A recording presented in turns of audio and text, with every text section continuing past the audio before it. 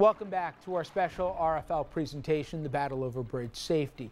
When we last took an extended look at this issue a little more than a year ago, I think all of us here at RFL hoped that would be the last time we'd have to come back to it for a while, that somehow the message would get out and those who make decisions regarding bridge safety here, and for that matter everywhere, would do the right thing and make their bridges safer. But it wasn't meant to be.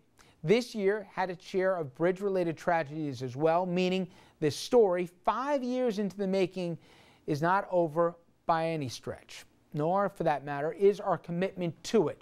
One need look no farther than a sweltering July day just this past summer to understand why. Here's reporter Kim Lengel. Driven to desperation by home foreclosures, pink slips, and piling bills, more and more people are walking onto area bridges to commit suicide. In September 2008, a banking executive who lost his job was talked off the Newburgh-Beacon Bridge after he used a suicide prevention call box.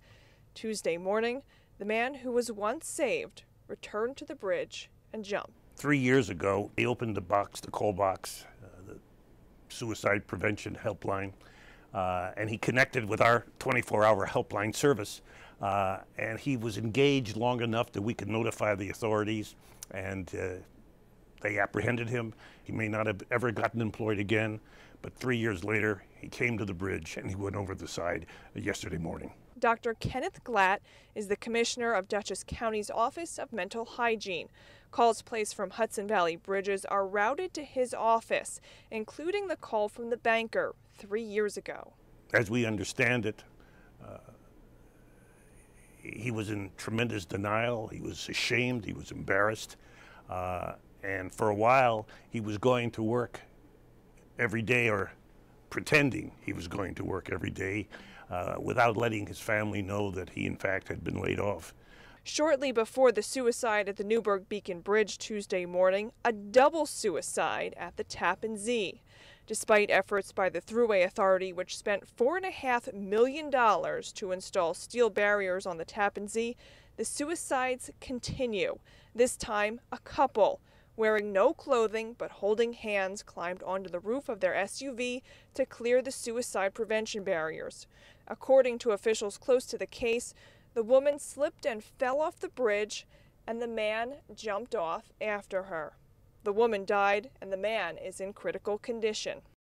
And that was reporter Kim Lengel just earlier this year. A few closing thoughts.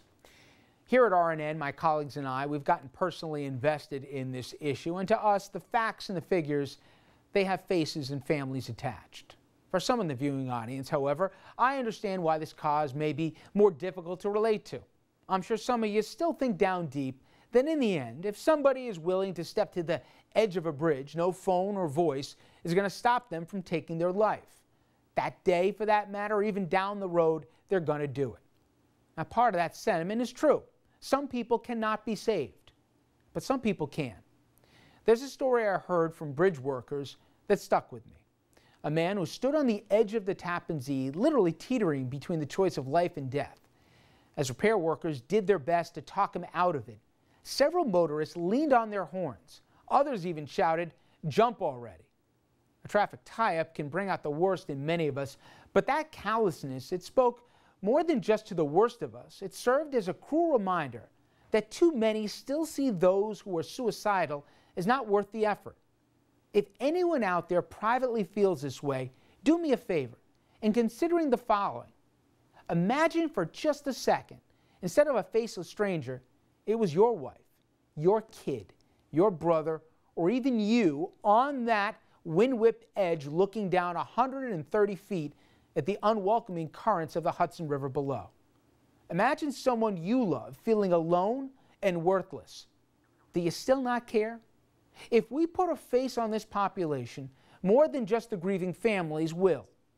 I'd like to thank the voices on the other end of the call boxes, the mental health professionals who, along with the advocates for mental health, fight this battle every day for an often ignored population.